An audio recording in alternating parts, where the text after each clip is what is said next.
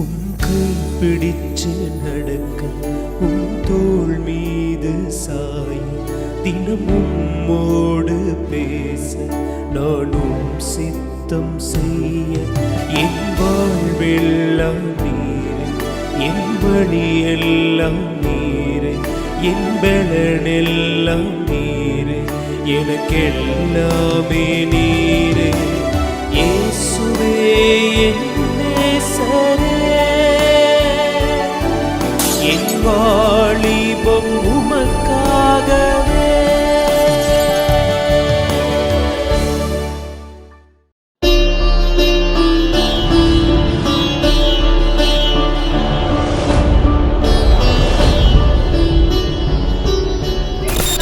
எல்லாருக்கும் வாழ்த்துக்கள். இந்த நாள்லயும் உங்ககிட்ட ஒரு முக்கியமான ஒரு இன்ஃபர்மேஷன், ஒரு முக்கியமான ஒரு செய்தியை நான் உங்ககிட்ட ஷேர் பண்ண போறேன். என்ன தெரியுமா? வர ஆகஸ்ட் 15 என்னது சுதந்திர தினம் நினைக்கிறீங்களா? Independence day. Yes, it is the independence day. ஆனா அந்த நாள்ல ஒரு ஸ்பெஷலான ஒரு கூட்டம் வந்து ஏற்பாடு பண்ணியிருக்கோம். நாங்க வில்லேஜ் மிஷனரி மூவ்மெண்ட் சார்பாக நடத்தும் வாலிப பிள்ளைகளுக்கான ஒரு ஸ்பெஷல் கூட்டம்.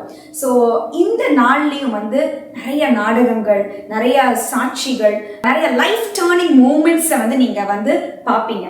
ஸோ இந்த கூட்டத்துக்கு வந்து போன வருஷம் 2023 வருஷத்துல இந்த கூட்டத்துக்கு நான் வந்து போயிருந்தேன். அது எப்படின்னா, அது ஒரு அழகான ஒரு இன்சிடென்ட். எப்படி ஆண்டவர் வந்து அதை லிங்க் பண்ணியிருந்தாருன்றதை நான் உங்ககிட்ட ஷேர் பண்றேன். ரெகுலரா என்னுடைய டியூட்டிஸை பண்ணிட்டு இருக்கும்போது திடீர்னு ஆண்டவர் வந்து ஒரு நாள் எனக்கு ஒரு கனவு கொடுத்தாரு. என்னன்னா வந்து, நான் ஒரு பெரிய மேடைக்கு மேல நிக்கிறேன், ஒரு பெரிய மவுண்டன், ஒரு ஹைட்டான ஒரு இடத்துல நிக்கிறேன். அங்க வந்து பாக்குறேன் திரளான கூட்டம் நிக்குது. அதாவது அந்த கலைகள் மட்டும் தான் தெரியுது, மணல் அளவுல வந்து நிறைய கூட்டம் பெரிய. அதுக்கு முன்னாடி நான் நிக்கிறேன். அப்போ எனக்கு அது புரியல, நம்ம ஏதோ ஹைட்டான ஒரு இடத்துல நிக்க போறோம், அது எங்கன்னு நமக்கு தெரியல அப்படின்றத நான் விட்டுட்டேன். 2 நாட்களுக்கு பிறகு எனக்கு வந்து ஒரு அழைப்பு வருது. நம்ம வில்லேஜ் மிஷனரி மூவ்மெண்ட் சார்பாக ஒரு அழைப்பு வருது. அவங்க என்ன சொன்னாங்கன்னா, நீங்க உங்களுடைய வாலிப பருவத்துல ஆண்டவர் உங்களுக்கு செஞ்ச ஒரு விஷயத்த நீங்க சாட்சியா வந்து அந்த இடத்துல நீங்க ஷேர் பண்ணணும் அப்படின்னு சொன்னாங்க. எனக்கு ஒரே ஆச்சரியம். சரி, ஆண்டவர் வந்து இந்த இடத்த ஆல்ரெடி பிளான் பண்ணியிருக்கிறாரு, நியமித்திருக்கிறாரு, ஆல்ரெடி ப்ரீ டிஸ்டைன் பண்ணியிருக்காரு அப்படின்னு சொல்லிட்டு நான் சரின்னு சொல்லிட்டேன். ஆனா எனக்கு அந்த இடத்துக்கு போகிற வரைக்கும் எனக்கு வந்து அதுல என்ன நடக்கும் எதுவுமே, ஏன்னா ஃபர்ஸ்ட் டைம் நான் போறேன். ஸோ எனக்கு தெரிஞ்ச 2-3 வாலிப பிள்ளைகளையும் நான் வந்து அழைத்து கொண்டு நான் அந்த கூட்டத்துக்கு போயிருந்தேன். ரொம்ப ஆசீர்வாதமா இருந்துச்சு. எல்லா டான்ஸ், எல்லா ப்ரோக்ராம்ஸும் முடிஞ்சதுக்கு அப்புறம் நான் அங்க ஸ்டேஜ்ல வந்து நிக்கிறேன். அப்போ ஆண்டவர் காமிச்ச அதே தரிசனம் அந்த இடத்துல இருந்தது. கண்ணு கெட்டுற தூரத்து அளவுக்கு வந்து தலைகள் தெரியுது, அந்த அளவுக்கு கூட்டம் வந்து இருந்தது. ஆண்டவருடைய வார்த்தையை பெற்றுக்கொண்டாங்க, அவ்வளவு பேரும் ஆசீர்வாதத்தை பெற்றுக்கொண்டாங்க, அபிஷேகத்தை பெற்றுக்கொண்டாங்க. அந்த நாள் எத்தனையோ வாலிப பிள்ளைகளுக்கு ஒரு டேர்னிங் பாயிண்ட் மாதிரி இருந்துச்சு. ஸோ அதனால இந்த வருஷமும் ஒரு ஆப்பர்ச்சுனிட்டி இருக்குது. இதை பார்த்து கொண்டிருக்கிற ஒவ்வொரு வாலிப பிள்ளைகளுக்கும் நான் சொல்றேன், ஆகஸ்ட் 15ஆம் தேதி நீங்க என்ன ஒர்க் இருந்தாலும் அது எல்லாத்தையும் சைட்ல வச்சுட்டு அந்த நாள்ல அது உங்களுக்கான ஒரு டே. திருச்சியில மோரியா சிட்டி அப்படின்ற ஒரு இடத்துல மதியம் 3 மணிக்கு எல்லாரும் வந்து கலந்து கொண்டு போய் அவங்க அன்பா கேட்டுக்கொள்றேன். இதை மிஸ் பண்ணாதீங்க. இது ஒரு ஆண்டவர் கொடுத்த ஒரு தரிசனம், அதை ஆண்டவர் வந்து கரத்தினால நிறைவேற்றுகிறாரு. அந்த நாள்ல நம்ம மோகன்சி அங்கிளும் வருவாங்க. உங்க ஒவ்வொருத்தருக்கும் வந்து நல்ல ஏற்ற வார்த்தைகளை ஆண்டவர் அவங்க மூலியமா பேசுவாங்க. அதே போல நல்ல ஒரு ஜெபங்கள் இருக்கும், அனாயிண்டிங் செஷன்ஸ் இருக்கும், உங்களுக்கு ரொம்ப ஆசீர்வாதம் இருக்கும். அதோட சேர்த்து ஒவ்வொரு பிள்ளைகளுக்கும் நைட்டு டின்னர் கொடுத்து தான் நாங்கள் அனுப்புவோம். ஸோ அதனால கண்டிப்பா இது ஒரு ஆசீர்வாதமா இருக்கும். நீங்க எல்லாரும் கலந்து கொள்ளும்படி என்கரேஜ் பண்றேன். Don't miss it. ஒரு ஃப்ளாஷ் லைட் அதை பிடிச்சிட்டு நான் நடந்து போகிறேன். ஸோ அந்த விஷயத்தை ஆண்டவர் ஏன் என்கிட்ட காமிச்சாருன்னா, அந்த ஃப்ளாஷ் லைட்டை பிடிச்சிட்டு நான் மட்டும் வந்து பரலோகத்துக்கு போகிறது கிடையாது. அந்த பிள்ளைகள் கட்டில் இருக்கிறவங்க, சிறைப்பட்டு இருக்கிறவங்க, அதாவது கண்ணீரில் இருக்கிறவங்க, லவ் ஃபெயிலியர், அந்த மாதிரி எத்தனையோ காரியங்கள், ஹர்ட்ஸ், அந்த காலேஜ் டைமில் இருக்கிற அந்த பிள்ளைகளுக்காக நான் ஜெபிக்கணும். அந்த பிள்ளைகளுக்காக நான் ஒரு ஃபெலோஷிப் ஸ்டார்ட் பண்ணணுன்றது ஆண்டவர் என்கிட்ட தெளிவாக காட்டினார் அந்த நாட்களில். அப்போ வந்து நான் ஏசப்பாட்ட அப்படியும் நான் கேட்டேன், ஏசப்பா எனக்கு ஒரு ஆள் கொடுங்க, ஒரு ஃப்ரெண்டு, யாராவது ஒரு ஃப்ரெண்டு கூட இருந்தால் நான் ஸ்டார்ட் பண்ணிடுவேன். நம்ம எல்லாரும் கேர்ள்ஸ் எல்லாருமே வேற ஒரு கம்பெனி எப்பயுமே கேட்போம், நம்ம தனியாக எந்த விஷயத்தையுமே நம்ம ஸ்டார்ட் பண்ண மாட்டோம். ஸோ அதே நேரத்தில் நான் அப்படியே கேட்டேன்.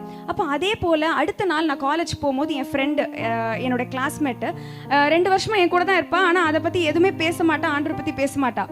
அன்னைக்கு திடீர்னு வந்து ரஞ்சி நம்ம வந்து ரோமன்ஸ் வாசிப்போமா, ரோமர் வந்து ஒவ்வொரு அதிகாரமும் நம்ம வாசிப்போமா, எனக்கு சிலது புரியல அப்படின்னா. உடனே அப்படியான்னு சொல்லிட்டு நான் வந்து லஞ்ச் பிரேக் ஜஸ்ட் ½ தான் இருக்கும். நம்மளுக்கு காலேஜ் டைம்லலாம் அவ்வளோ டைமே கிடைக்காது நம்மளுக்கு. ஸோ அந்த ½ 10 நிமிஷம் கடகடன் லஞ்சை சாப்பிட்டுட்டு லாஸ்ட் ரோவில் போய் உட்காந்துட்டு ஃபோன்லேயே வந்து பைபிள் எடுத்து வாசிப்போம், ஒரு அதிகாரம் வாசிப்போம். அடுத்த நாள்ல இருந்து அவள் என்ன சொல்ல ஆரம்பிச்சா, நம்ம ஒரு குட்டி ப்ரேயர் பண்ணுவோமா அப்படின்னு சொல்லலாம். உடனே சரின்னு சொல்லிட்டு ஒரு சின்ன ஜெபம் வந்து அப்படியே டெஸ்க்கு மேலே வந்து நாங்கள் தலையை போட்டுட்டு யாருக்கும் தெரியக்கூடாதுன்றதுக்காக அப்படி ஜெபிக்க ஆரம்பித்தோம். அப்புறம் ஸ்லோவாக இன்னும் ஒரு பிள்ளை வர ஆரம்பிச்சா. அப்படியே கொஞ்சம் கொஞ்சமாக வர ஆரம்பிக்கும் போது எங்களுடைய ஜெபங்கள்லாம் வந்து எப்படி இருக்கும்னா, ஏசப்பா எங்களுக்கு இதை கொடுங்க அதை கொடுங்கன்னு நாங்கள் ஜெபிக்க மாட்டோம். எங்கள் காலேஜ் ஃப்ரெண்ட்ஸ்க்காக நிறைய பேர் நாங்கள் கண்ணு முன்னாடி பார்ப்போம், பாவத்தில் இருப்பாங்க, பாவக்கட்டில் இருப்பாங்க, லவ்ன்ற அந்த வலையில் சிக்கி இருப்பாங்க. ஸோ அவங்களுக்காக நாங்கள் ஜெபிக்கும் போது அப்படி எங்கள் கண்ணு முன்னாடி அந்த பிள்ளைகள் வந்து என்கிட்ட வந்து சொல்லுவாங்க, ரஞ்சி எனக்கு இந்த ரிலேஷன்ஷிப்பே வேண்டாம், நீ எனக்காக ப்ரே பண்ணு, நான் வந்து இனிமேல் நான் இந்த இதை விட்டுற போகிறேன், எனக்காக ப்ரே பண்ணு அப்படின்னு சொல்லுவாங்க. அப்போது அவங்களும் வந்து ஆண்டவருடைய அன்பை ருசிக்க ஆரம்பிப்பாங்க. அப்படியே ஸ்லோவாக வந்து ஸ்டார்ட் பண்ணி எங்கள் காலேஜ் பக்கத்தில் ஒரு சின்ன சர்ச் இருந்துச்சு. ஸோ அந்த சர்ச்சில் வந்து நாங்கள் பெர்மிஷன் கேட்டு Christmas prayer and exam prayer அந்த மாதிரி ரெகுலர் ஃபெலோஷிப்ஸ் வந்து ஸ்டார்ட் பண்ணுறதுக்கு ஆண்டவர் கிருபை கொடுத்தாரு. ஸோ நான் காலேஜ் டைமில் அந்த 3rd year final year house surgeoncy அந்த 3 வருஷங்கள் வந்து ஆண்டவருக்காக நின்று நான் ஊழியம் செஞ்சது இப்போ என் வாழ்க்கையில் வந்து அது ஆண்டவர் எவ்வளோ நேரத்தில் வந்து அதை ரிஃப்ளெக்ட் பண்ணுறாரு. இந்த நாள்லையும் இத்தனை வாலிப பிள்ளைகள் மத்தியில் நான் நிற்கிறதுக்கு காரணமே அந்த காலேஜ் டைமில் நான் ஆண்டவருக்காக எடுத்த சின்ன சின்ன ஸ்டெப்ஸ் தான். ஸோ இங்கே இருக்கிற ஒவ்வொரு வாலிப பிள்ளைகளை நான் என்கரேஜ் பண்ணுறது என்னென்னா, நீ உன்னுடைய ஸ்கூல்லையோ உன் காலேஜ்லேயோ ஆண்டவருக்காக நில்.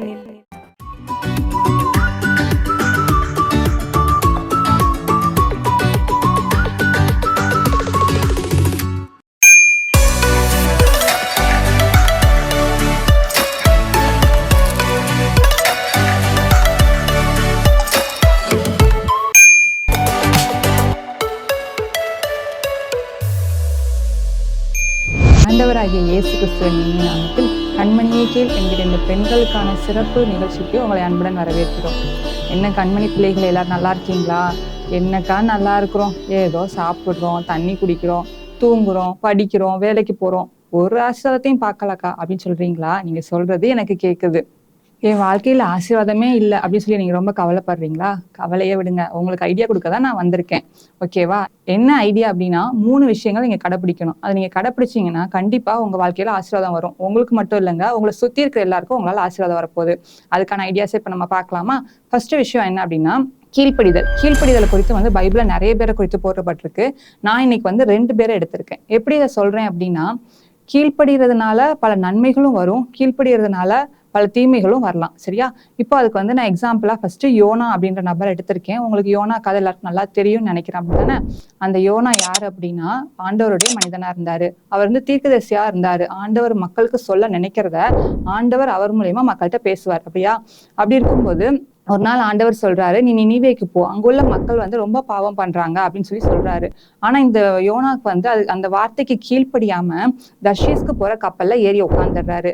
அந்த கப்பல்ல ஏறி போறாரு. அவர் கீழே அடித்தட்டுல படுத்து தூங்க ஆரம்பிச்சதுக்கு அப்புறம் அங்க என்ன நடக்குது அப்படின்னா, வேதத்துல போடப்பட்டிருக்கு, யோனா 1ஆம் அதிகாரம் 4ஆம் வசனத்துல, கப்பல் உடையும் என்று நினைக்கத்தக்க பெரிய கொந்தளிப்பு உண்டாயிற்று அப்படின்னு சொல்லப்பட்டிருக்கு.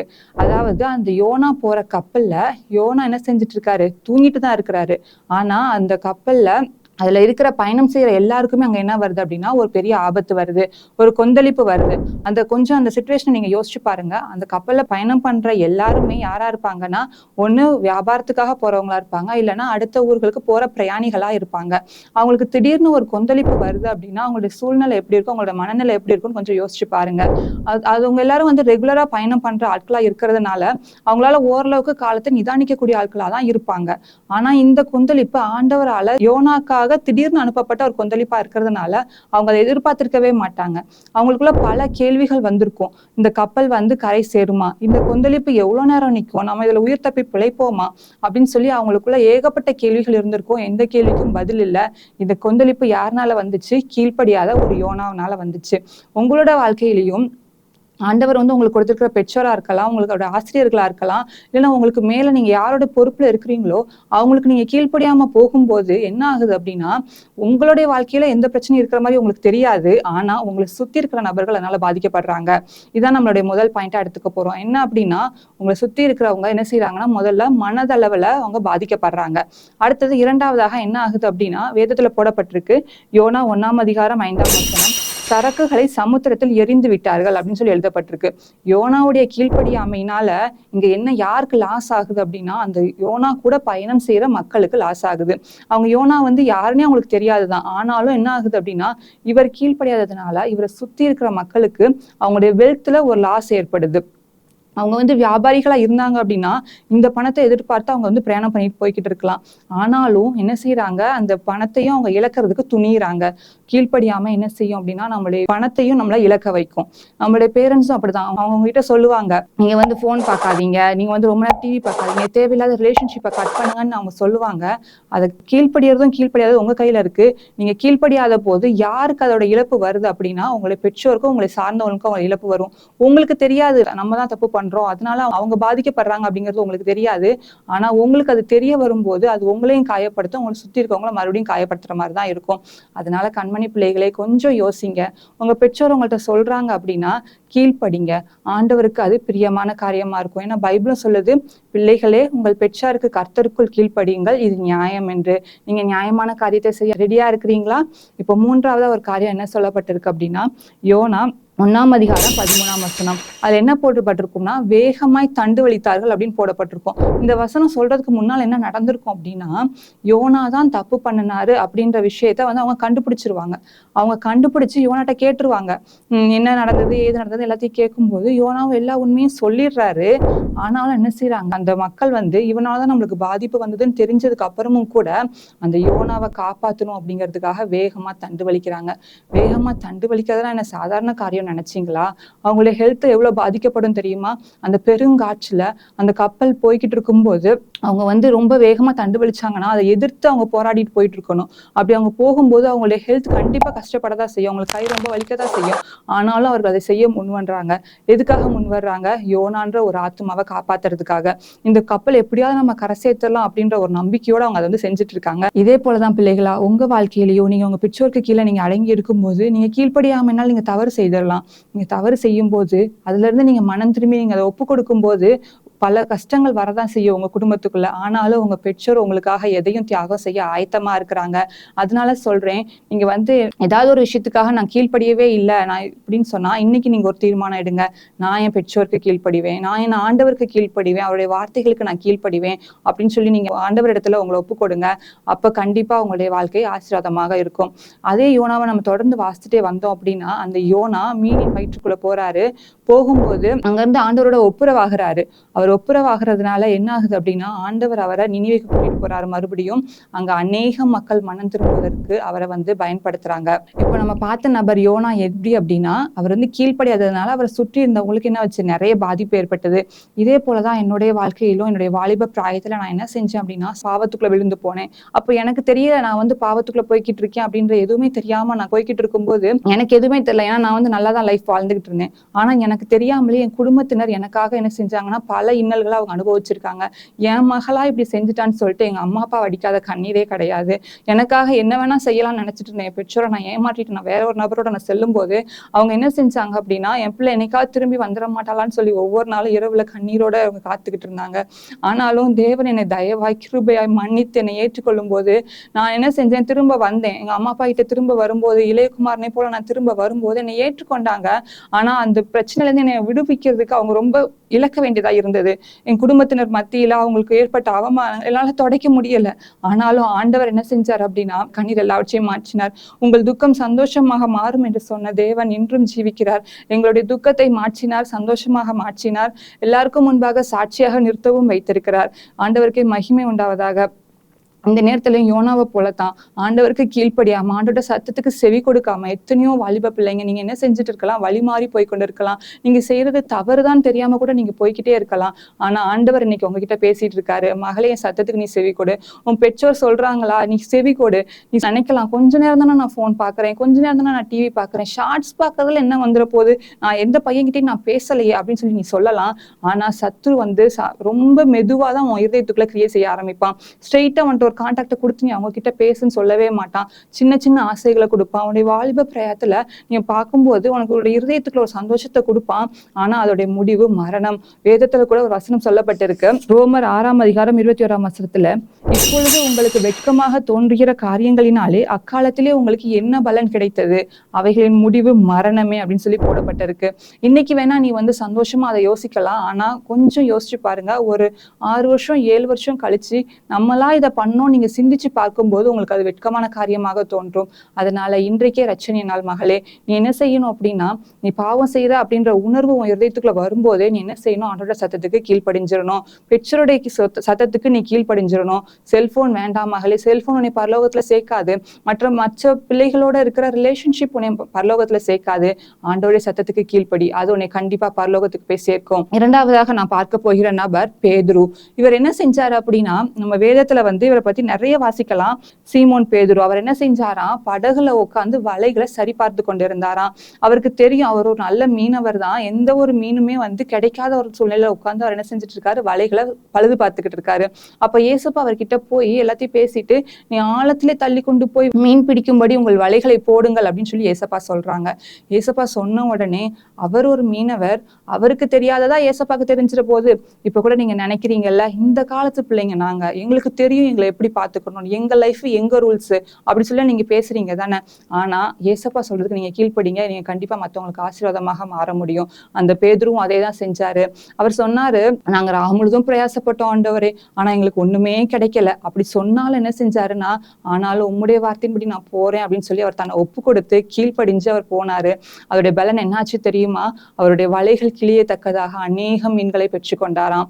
ஆமா பிரியமானவர்களே, அது மட்டும் இல்ல, அவர் வந்து உள்ள போய் அவர் ஆழத்துல போய் வலைய போட்டு மீன் பிடிச்சதுக்கு அப்புறம் அவரால் தூக்க முடியல அந்த மீன்களை, அந்த ஆசீர்வாதத்தை அவரால் தாங்க முடியல. என்ன செய்யறாரு தெரியுமா, கரையில இருக்கிற மத்த கூட்டாளிகளுக்கு சைகை காட்டுறாங்களாம். நீங்க வாங்க வந்து எங்களுக்கு ஹெல்ப் பண்ணுங்க அப்படின்னு சொல்லி அவங்க வந்து சைகை காட்டுறாங்களாம்.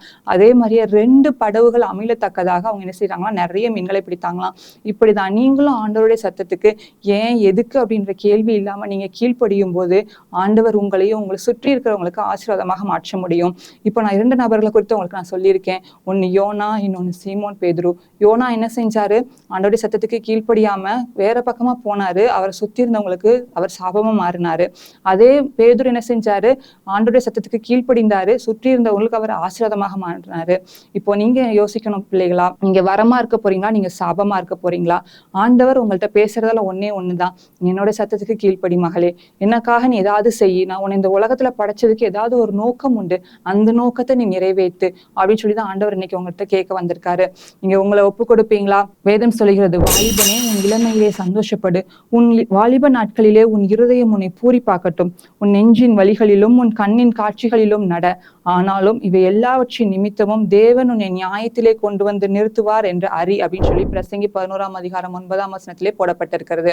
ஆமா, இந்த வயசுல நிறைய விஷயங்கள் உன் கண்ணுக்கு ரொம்ப ஆச்சரியமாவும் இருக்கும், அழகானதாகவும் தெரியும். அன்னைக்கு ஏவாளை எப்படி அந்த பழம் இச்சிக்க வச்சுதோ அதே மாதிரிதான் இப்ப நம்ம பாக்குற ஒவ்வொரு விஷயங்களும். இதனால என்னன்னா, அடிமைப்பற்ற மாட்டேன் அப்படின்னு சொல்லி நீ சொல்ற ஒவ்வொரு விஷயங்களும் உன்னை கொஞ்சம் கொஞ்சமா அடிமைப்படுத்திக்கிட்டே இருக்கும். உன்னை மட்டும் ஞாபகம் வச்சுக்கோ, தேவன் உன்னை நியாயத்திலே கொண்டு வந்து நிறுத்துவார். இன்னொரு வசனம் சொல்லப்பட்டிருக்கு, ஒவ்வொரு கிரியையும் அந்தரங்கமான ஒவ்வொரு காரியத்தையும் நன்மையானாலும் தீமையானாலும் தேவன் நியாயத்திலே கொண்டு வருவாராம். ஆமா, நீ கொஞ்சம் யோசிச்சு பாரு. நியாய தீர்ப்பு நாள்ல உனக்கு முன்னால ஒரு பெரிய ஸ்கிரீன் இருக்கு. அந்த ஸ்கிரீன்ல நீ செஞ்ச எல்லா நன்மையான விஷயங்கள் தீமையான விஷயங்களும் ஸ்கிரீன் பண்ணப்படுது. அதுல அப்படியே படமா ஓடுது. அப்படின்னா அதை பார்க்கும்போது உனக்கு எப்படி இருக்கும்? நல்ல விஷயங்கள் செய்யும் போது உன்னோட மனநிலைமை எப்படி இருக்கும்? கெட்ட விஷயங்கள் அந்தரங்கத்துல யாருமே பார்க்கல, யாருமே இல்லைன்னு சொல்லி நீ கதை அடைச்சிட்டு நீ உள்ள உட்காந்து செஞ்ச சேட்டா இருக்கட்டும், நீ பார்த்த வீடியோஸா இருக்கட்டும், எல்லாம் ஸ்கிரீன்ல பிளே ஆகும்போது உன்னோட நிலைமை எப்படி இருக்கும்? அந்த நிலைமையில நீ இருக்கணும்னு ஆசைப்படுறியா? இன்னைக்கு உன்னுடைய ரூம்ல இருக்கிற ஒரு சுவர்ல இந்த வசனத்தை கண்டிப்பா எழுதி வச்சுக்கோங்க. நான் 12th படிக்கும்போது எங்க கெமிஸ்ட்ரி மிஸ் எனக்கு இந்த வசனத்தை சொல்லி கொடுத்தாங்க. எங்க கேர்ள்ஸ் எல்லாரையும் உட்கார வச்சு அவங்க மீட்டிங்ல சொன்னாங்க. என்ன அப்படின்னா, நீ பைபிள்ல இருக்கிற எல்லா வசனங்களையும் நீ வந்து படிக்கிறதை காட்டிலும் ஒரே ஒரு வசனம், இந்த உலகத்துல நீ வாழும்போது இந்த ஒரு வசனத்தை ஞாபகம் வச்சுட்டேன்னா நீ ஈஸியா பரலோகம் போயிடலாம் அப்படின்னு சொன்னாங்க. அந்த வசனம் தான் உங்களுக்கு நான் சொல்லி கொடுத்தேன். என்ன வசனம்? ஒவ்வொரு கிரியையும் அந்தரங்கமான ஒவ்வொரு காரியத்தையும் நன்மையானாலும் தீமையானாலும் தேவன் நியாயத்திலே கொண்டு வருவார். ஆமா, நீ என்ன செஞ்சாலும் சரி, அது கண்டிப்பா ஆண்டவர் என்ன செய்வாரு? ஆண்டவருடைய கண்களுக்கு உன்னால அதை மறைக்கவே முடியாது. கண்டிப்பா அதை என்ன செய்வார்னா நியாயத்துல கொண்டு வந்து நிறுத்துவார். அதை நீ நினைக்கும் போது, ஒவ்வொரு காரியம் நீ செய்யும் போதும் இது ஆண்டவருக்கு பிரியமான காரியமா இருக்குமா, இல்ல ஆண்டவருக்கு பிரியமில்லாத காரியமா இருக்குமா, இதை செஞ்சா நான் பரலோகத்துக்கு போவேனா இல்ல நரகத்துக்கு போவேனா அப்படின்னு சொல்லி நீ ஒவ்வொரு காரியத்தை நீ செஞ்சு பார்க்கும்போது கண்டிப்பா உனக்கு பாவத்தை குறித்த பயம் இருக்கும். ஆண்டவருடைய அன்பை உன்னால ருசிக்க முடியும். இப்போ வந்து என்ன சொன்னா, 3 பாயிண்ட் உனக்கு சொல்லித்தரேன்னு சொன்னா, ஃபர்ஸ்ட் என்ன சொன்னோம்? கீழ்ப்படிதல் அப்படின்ற பாயிண்ட் இப்ப நம்ம படிச்சோம். கீழ்ப்படிறதுனால வர நன்மைகளும் நம்ம தெரிஞ்சுக்கிட்டோம். கீழ்ப்படிஞ்சதுனால வர ஃபர்ஸ்ட் என்ன சொன்னோம்? கீழ்ப்படிதல் அப்படின்னு சொல்லி நம்ம பார்த்தோம். கீழ்ப்படிறதுனால, யோனா கீழ்ப்படியாததுனால அவனை சுத்தி இருந்தவங்களுக்கு வர பாதிப்புகளையும் பார்த்தோம். பேதுரு கீழ்ப்படிஞ்சதுனால அவரை சுத்தி இருந்தவங்களுக்கு கிடைச்ச ஆசீர்வாதத்தையும் குறித்து பார்த்தோம். அடுத்து 2வது ஐடியா என்ன அப்படின்னா, பைபிள் ரீடிங். உன்னுடைய வாழ்க்கையில கண்டிப்பா நீ பைபிள் ரீட் பண்ணணும். அப்படின்னாதான் உனக்கு தெரியும் எந்தெந்த காரியங்கள் ஆண்டவர் நம்மள்ட்ட எதிர்பார்க்கிறார் அப்படின்றது தெரியும். அது தெரியும் போதுதான் நீ அந்த வார்த்தைகளுக்கு நீ கீழ்ப்படிய முடியும். உன்னுடைய வேதத்தை தினமும் வாசி. அதுல கண்டிப்பா வந்து நிறைய விஷயங்கள் போடப்பட்டிருக்கு. உன்னுடைய வாழ்க்கைக்கு தேவையான விஷயங்கள் போடப்பட்டிருக்கு. நீ நினைக்கலாம், நான் வந்து கூகுள்ல போய் எதனால சர்ச் பண்ணி பார்த்துருவேன். இல்ல, நம்மளுக்கு கொடுக்கப்பட்டிருக்கிற கூகுள் வந்து இந்த பைபிள் தான். இந்த பைபிள்ல இல்லாத விஷயமே கிடையாது. இந்த வாலிப பிராயத்துல உனக்கு என்னென்ன தேவையோ, உன் வாழ்க்கைக்கு என்ன தேவையோ, நீ கவலையா இருக்கியா, அதுக்கும் பைபிள்ல வசனம் இருக்கு. நீ சந்தோஷமா இருக்கியா, அதுக்கும் வசனம் இருக்கு. தனிமையா இருக்கிறியா, எனக்கு யாருமே இல்லை, என் மேல அன்பு காட்ட யாருமே இல்லைன்னு சொல்றியா, எல்லாத்துக்குமே பைபிள்ல வசனம் இருக்கு. நீ கவலையே படாத. இந்த கூகுளை நீ எப்பவும் உன் கூட வச்சுக்கோ. இதுல நீ சர்ச் பண்ணு. உன்னுடைய என்னென்ன உனக்கு கொஸ்டின் மார்க் இருக்கோ உங்க இருதயத்துல, அந்த கேள்விகள் எல்லாவற்றையும் நீ இந்த பைபிளை நீ தேடின அப்படின்னா அதுக்கான பதில ஆண்டவர் உனக்கு கண்டிப்பா தெரியப்படுத்துவாரு. நீ வேதத்தை வாசிக்க அது உன்னுடைய எலும்புகளுக்கு வந்து தேவையான உணவை உனக்கு கொடுக்குற மாதிரி இருக்கும். மறந்து போயிடாத. நீ உன்னுடைய வாழ்க்கையில உயரமான இடங்களுக்கு போகணும், பரலோகத்தை நான் சுதந்திரிக்கணும்ன்ற ஆசையோட இருக்கிறியா, கண்டிப்பா இந்த வேதம் உனக்கு ஹெல்ப் பண்ணும். ஓகேவா? ஃபர்ஸ்ட் கீழ்ப்படிதல் சொன்னேன். இப்ப 2வது பைபிள் ரீடிங் சொல்லியிருக்கேன். 3வது வந்து நீ வாசித்த வார்த்தைகள் மூலியமா கண்டிப்பா ஆண்டவர் கூட இடைப்படுவார். அப்படித்தானே? என்னோட வார்த்தைகள் வந்து ஒவ்வொருத்தருக்கும் ஒவ்வொரு மாதிரி இந்த வார்த்தைகள் வந்து வெளிப்படும். எப்படின்னா, இந்த வார்த்தைகள் ஜீவனுள்ள வார்த்தைகளா இருக்கிறதுனால இதை இன்னைக்கும் நம்ம வாசிக்கும் போது நம்ம இருதயத்துக்கு அது என்னவா இருக்குமா, மருந்தா இருக்கும் அப்படின்னு சொல்லி போடப்பட்டிருக்கு. அப்ப என்ன செய்யணும்னா, நீ வாசிக்கிற வசனங்கள்ல இருந்து நீ கற்றுக்கொண்ட விஷயங்களை மற்றவர்களுக்கு நீ ஷேர் பண்ணணும். நீ எப்படி ஒரு ஷார்ட்ஸ் பாக்குற, அது உனக்கு ரொம்ப பிடிச்சிருக்கு, ரொம்ப காமெடியா இருக்கா, நீ என்ன செய்வ, அதை வேகமா உன் ஃப்ரெண்ட்ஸுக்கு ஷேர் பண்ணுவ. எதுக்காக ஷேர் பண்ற? அவங்களும் அந்த சந்தோஷத்தை அனுபவிக்கட்டும், அவங்களும் அதை பார்த்து தெரிஞ்சுக்கிட்டட்டும் அப்படின்னு சொல்லி நினைக்கிறது ஷேர் பண்ற. அப்படித்தானே? அதே மாதிரிதான் இந்த வேத வசனங்களை நீ கற்றுக்கொள்ளும் போது, இதுல இருந்து நீ கற்றுக்கொண்ட விஷயங்கள், உன்னுடைய வாழ்க்கைக்கு பிரோஜனமா இருந்த விஷயங்கள், உன் இருதயத்துக்கு ஆறுதலா இருந்த விஷயங்கள் உன்னோட ஃப்ரெண்ட்ஸுக்கும் நீ ஷேர் பண்ணணும். நீ நினைக்கலாம், நான் எப்படிக்கா பேச முடியும், எனக்கு அந்த அளவுக்கு பேச தெரியாது, வேற ஏதாவது பேச சொன்னீங்கன்னா பேசுவேன், பைபிளை குறித்து நான் என்ன பேசிட போறேன் அப்படின்னு நீ நினைக்கலாம். வேதம் சொல்லுது, உன்னத பாட்டு 2ஆம் அதிகாரம் 14ஆம் வசனத்திலே, உன் சத்தத்தை நான் கேட்கட்டும், உன் சத்தம் இன்பமா இருக்கிறது என்று. ஆண்டவர் விரும்புறாரு உன்னுடைய சத்தம் கேட்கப்படணும்னு. நீ பேசலாம், என்ன வேணா பேசலாம், ஆனா பைபிளை குறித்து நீ பேசுறத கேட்கறதுக்கு ஆண்டவர் வந்து ரொம்ப ஆவலா இருக்கிறாரு. உன்னுடைய வார்த்தைகள் வந்து மற்றவர்களுடைய இதயத்தின் காயங்களை கட்டுகிறதாகவும் அவங்களுடைய மனதின் கவலைகளுக்கு ஆறுதலாகவும் அது இருக்கும்போது அது ஆண்டவருக்கு இன்பமா இருக்கும். அதனால நீ கவலைப்படாத. ஐயோ நம்ம பேசினா அவங்க எப்படி எடுத்துக்குவாங்களோ அப்படின்னு சொல்லி நீ கவலையே படாத. ஆனா நீ வந்து உன்னுடைய முழு முயற்சியோட நீ வார்த்தைகளை நீ பகிர்ந்து கொள்ளும் போது ஆண்டவர் கண்டிப்பா அந்த இருதயத்துல ஒரு மாற்றத்தை கட்டளையிடுவார். நான் பிஜி படிச்சுட்டு இருக்கும்போது எங்க கிளாஸ்ல மொத்தமே 12 பேர் தான். அப்ப என்ன இருக்கும் அப்படின்னா, நான் ஒரு கிறிஸ்டியன் கேளா இருந்தேன், ஆண்டவர் அறிந்த பிள்ளையா இருந்தேன். இன்னொரு அக்காவும் அவங்க கிறிஸ்டியன் கேளா இருந்தாங்க. மற்ற எல்லாருமே வந்து புற மதத்தை சார்ந்தவங்களா தான் இருப்பாங்க. அப்படி இருக்கும்போது நான் வந்து என்ன செய்வேன்னா, ஏதோ பேர் கிறிஸ்தவலா வாழ்ந்ததுனால நானும் கிறிஸ்டியன் சர்டிஃபிகேட் படி இருந்தேனே தவிர மற்றவங்கள்ட்ட ஆண்டவரை பத்தி சொல்லவோ எதுவுமே பண்ணவே மாட்டேன். ஆனா அந்த அக்கா வந்து ரொம்ப இன்வால்வ்மெண்டா வசனத்தோட எடுத்து பேசுவாங்க. மற்றவங்க ஏதாவது கவலையா இருந்தாங்கன்னா ஆறுதல் சொல்லுவாங்க. எல்லாமே பண்ணிட்டு இருந்தாங்க. அவங்க செஞ்ச இன்னொரு விஷயம் என்ன அப்படின்னா, கிளாஸ்க்குள்ள நுழையும் போது எல்லாரையும் பார்த்து பிரைஸ் லார்ட் சொல்லுவாங்க. நீங்க எல்லாம் சொல்றீங்களா? நீங்க உள்ள நுழைஞ்சுன்னு என்ன சொல்றீங்க? ஹாய் மச்சி, ஹலோ, என்னடா பண்ற அப்படித்தானே கேக்குறீங்க. ஆனா அந்த அக்கா சொல்லுவாங்க, உள்ள நுழையும் போது பிரைஸ் லார்ட் பிரைஸ் லார்ட்னு சொல்லுவாங்க. 4 செமஸ்டர் இருந்துச்சு. முதல் செமஸ்டர்ல அந்த அக்கா எல்லாரையும் பார்த்து பிரைஸ் லார்ட் சொன்னாங்க. 2வது செமஸ்டர்லயும் அந்த அக்கா எல்லாரையும் பார்த்து பிரைஸ் லார்ட் சொன்னாங்க. 3வது செமஸ்டர்லயும் சொன்னாங்க. 4வது செமஸ்டர் வந்துச்சு. அந்த அக்கா உள்ள வேற ஏதோ சிந்தனையோட அன்னைக்கு உள்ள வந்தாங்க. அவங்க பிரைஸ் லார்ட் சொல்ல மறந்துட்டாங்க. கிளாஸே சேர்ந்து கத்துச்சு பிரைஸ் லார்ட் அக்கா அப்படின்னு சொல்லி.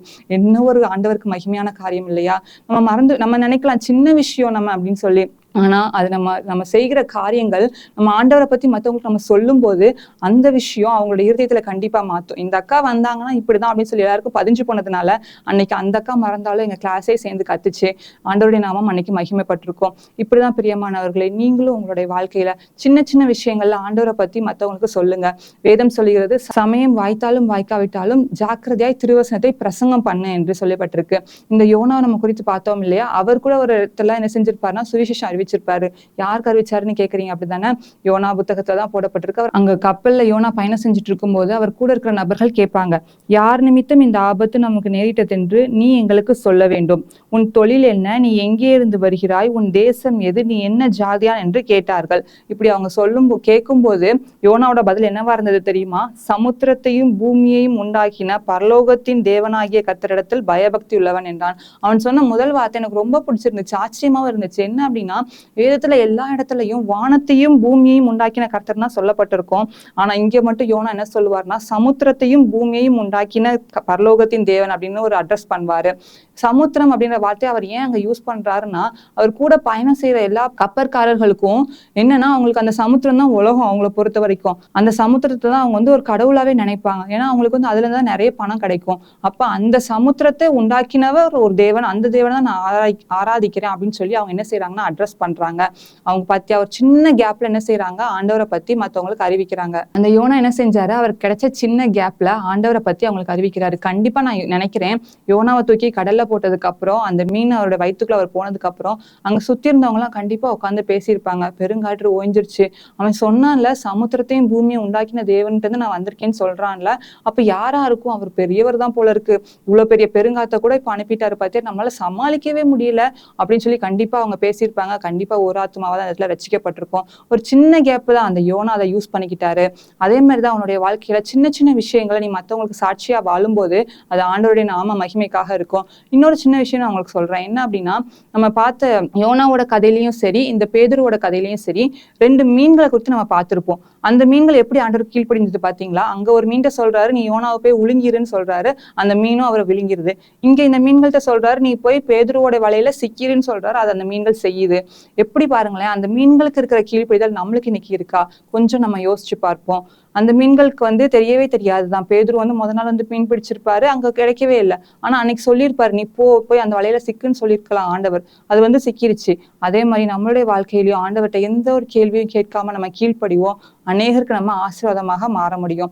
இப்போ நான் 2 விஷயங்களை கண்ணுனால வச்சிருக்கேன். கீழ்ப்படிகிறதுனால வர நன்மைகள் என்னென்ன நடக்குது, கீழ்ப்படியாததுனால உன்னை சுத்தி இருக்கிறவங்களுக்கு என்னென்ன தீமைகள் வருதுன்றதை நான் சொல்லியிருக்கேன். உன்னுடைய சாய்ஸ் உன்னோட கையில இருக்கு.